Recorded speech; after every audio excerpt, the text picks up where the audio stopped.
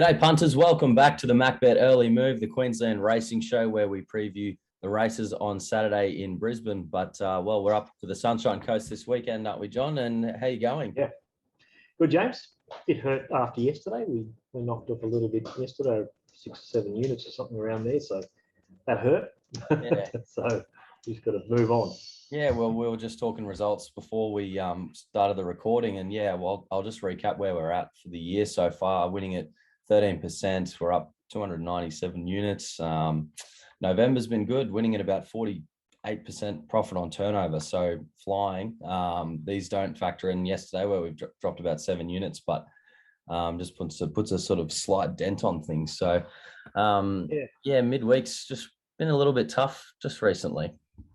Yeah, the provincials have been okay, but the Wednesday meetings have been tricky, and especially Ipswich. I think you just mentioned we may be losing around about 16 or 17% on turnover on Ipswich, which is a massive difference between winning 13 and on one track we're doing 17.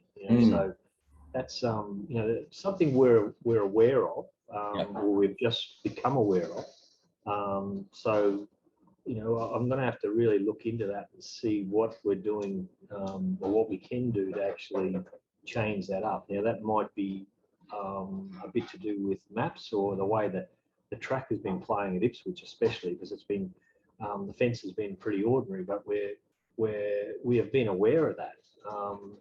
But maybe a lot of the time the jockeys are getting away from the fence, and horses that we're thinking that are going to be on the fence are not. It's not the case. They may be getting away in the straight, and there's a big difference there. Now, that is a problem. Just because if you go into a meeting thinking the fence is going to be no good, when does it turn that the jockeys actually realise that it is going to be bad on the fence? And you only can work that out is just take it race by race, and see what happens. Now, that could be the case that we don't bet so much early in the mornings at Ipswich. We bet a little bit later so that we can take that into account, whether horses are going to come on the right part of the track or the jockeys know where to go. It's not to say that there's got something to do with what we're doing as well. There might be something there, but I think that's a big, that's a massive difference going from winning 13 overall and one track doing 17. That's incredible. About 17 units. I don't know percentage. There might be a few percent, but sorry. But yeah, it's still even if it's doing 2% or whatever it is, and one's losing 2 and the other one's winning 13. Overall, it is a massive difference. So it's interesting. Yeah, you have to have a real think about that. But the other thing is that it's a bit like yesterday. There's a lot of talk about how much horses are firming in the market. And if you do sit on your hands a little bit early, by the time the race comes around, we're out of play more or less as far as what we're doing. So there is there's a timing factor when you have to go, and you'd rather wait for as long as possible to know where the track is, how the track's playing. But sometimes you've got to push the button and just make sure that you're on the right type of horse and with the right jockey. That's a big part.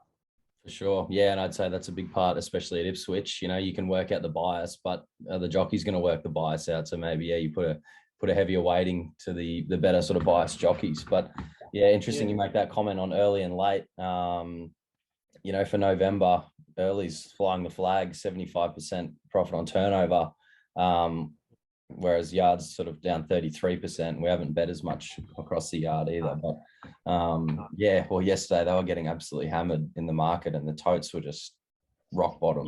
Like it was just ridiculous. It is just interesting.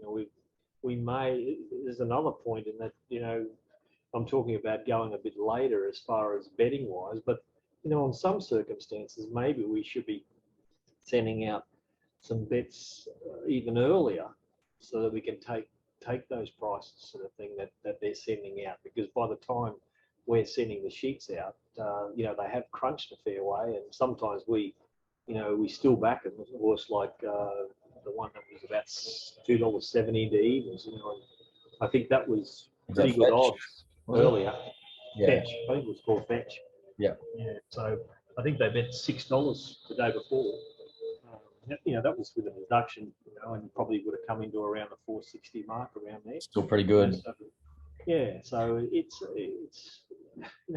it's hard. It's a hard thing because on one hand we're saying some of them you've got to take the odds and as early as possible, whereas the other you'd rather wait.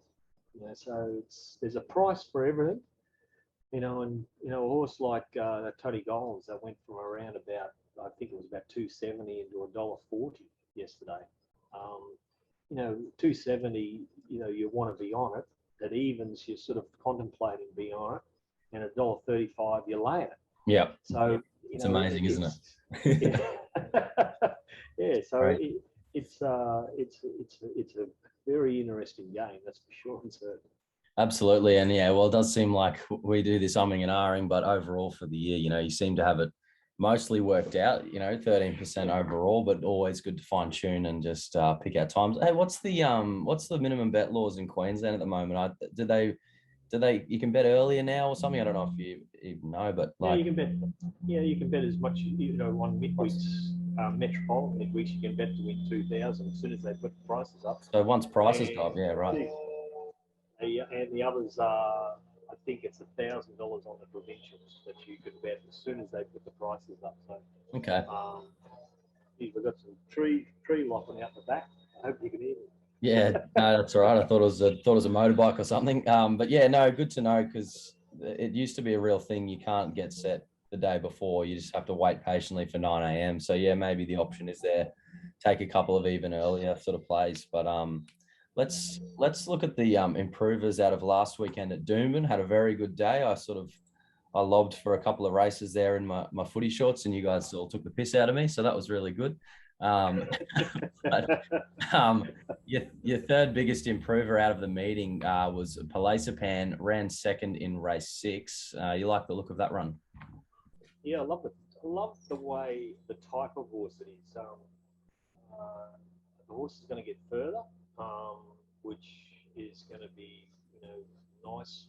He's got a few races that he could push towards, or opens his avenue of taking on the same distance or pushing out to a little bit further and maybe 400 metres further. But the horse is a nice type, looked well, did dead set look like it was going to take improvement or have nice improvement left in it to go to take another step, and it really went good.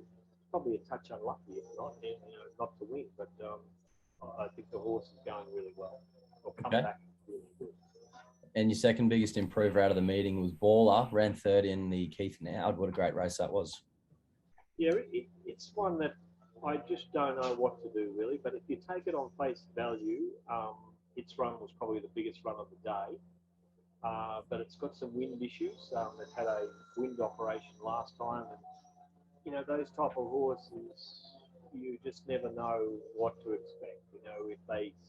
If they have to push and shove a little bit early, late, they're not going to finish off as well as what they do when they're just left alone, roll along under its own steam, pull out and run on. But when they do that, they're given a lot of start away, and they're always running on, and they're a black book run that you just can't help say that it's a great run, but it's going to continually get you in all the time. They're horses that the map is in our situation, the map hurts them big time. And that's what we want to see, that even though their sectionals or what they can run are great, just where they're going to be on the map is a big problem. A very similar thought. Last week I think Ben Curry, said a few things about the horse in the last race that I thought was going to be hard to beat. More than number one, Yeah, he's pretty much right. What happened is, the horse hadn't had a run for a while, and he had to make such a long run. And when those horses are put out of their comfort zone earlier than what they like or would like, they haven't got as good a turn of foot as what they normally have when they can just stroll along and pull out, and within a few lengths of the leaders, they'll blow them away. But if they're giving them 16 length start, well, they're going to make up 7 or 8 lengths before they even start to get serious in the last bit. And some horses can't sustain that big run, especially a horse that hasn't had a run for a while. But so I take my hat off to him. He was right. I did have that thought in the back of my head, but I did think as well that he was a very smart horse and he might have been able to beat that type of quality horse. Pick them up, yes. Well, we sort of sent it out at $2.20. It got crunched into about $1.60, and I had a couple of multis leading into it. It would have tipped. It was a very, very good day for us, but it would have really just put the cherry on top of everything. We were going good when we were sitting at the track at the races. I wanted to sort of stay in my same spot so I didn't mess up the the vibe of it all, but I ended up heading somewhere else and just stuffed it up for everyone. So it's probably my bad there. So you put the mock on. Exactly. You got to stand in the same spot with your foot off the ground or whatever it takes just to get it over the line. But while we're talking about the Keith now, I thought Stampy would have been in the improvers list. It had a massive run. It went good. He's a chunk of a horse. Looking at him in the yard, if you hadn't seen him before, you'd say, he's going to make a good improvement. But he's that type of horse. And he didn't sweat up or anything. He didn't play up. He was very relaxed in the yard. And, he did have his chance. He was there in the right spot, doing no work. And, the horse on his back that we liked, Tambo's mate, was able to just his quality actually got over the top of Stampy. But, in saying that, ball has probably made up 7 or 8 lengths. And, you're putting, I know we put out our repricing, and our repricing actually doesn't take into consideration what our maps would do to those horses the next time they go into a race. We don't know what that pace is going to be. This is taking out pretty much everything, a lot of variables that we don't know what's going to happen next time. So, Baller comes up fairly short on our figures, but when he goes back into a race of a similar quality, he's going to be back there again. Now, Map's going to knock him around to probably around the $6 mark. Yeah. $6 or $7 mark. And he's going to be probably shorter than that next time because everyone's sort of onto him saying such a good run. We'll keep an eye out and see where he lands. And your top improver out of last week was KUBRICK. Won the 3rd event at Doomben. Bit of a money muncher, this horse, the Waller horse. Top improver. I think that's what everyone's opinion is. KUBRICK's, he's a gunner. He was a gunner, but the horse looks fantastic in the yard. And I was looking at him the other day, sort of saying, can I trust this one on his win, the previous win, good win, but you sort of know KUBRICK. Whereas now he's put 2 together. I think he's really started to find his form of past races. Sure. And the only problem that he's got now is that he's coming into the summer season when all the really good horses are coming back. Okay. I'm not saying that he can't measure up into some of these races the way he's going. He's flying this horse, and I'm going to I'm going to treat him as KUBRICK II. KUBRICK Mark II. All right, so we can expect a bit better from this horse going forward. So you think he might have shaken the gunner tag? Yeah, the tag's gone. I think throw the tag to the shit house, and it's KUBRICK II. Well, we'll keep an eye out for KUBRICK II next start. Should get an official name change in there, but let's shift our focus to this weekend. Racing heads up north to the Sunshine Coast. The track currently is soft 5, and the rail's in the true position. What's the weather forecast, Gary Youngberry? What's coming up, and what's the track going to be? We've got a few showers coming around, but I don't think it's going to be too bad. If we get a couple of showers, the way that I think it's 30 degrees on Saturday, I think it was, and I think it's not going to be a problem. It is Sunshine Coast, even with a little bit of sting out. You do want to get away from the inside. That's a little bit of a concern about a horse that I'm going to tip in this race, but hopefully by race 5, we're going to be okay. So we'll see. We'll see. And yeah, Sunshine Coast, how do you rate it as a betting track? Normally, we pretty much there every Sunday, a couple of Fridays. You sort of said a while ago it was your favourite track to bookie at, I think you said. I'd say that would be my favourite track to bet on.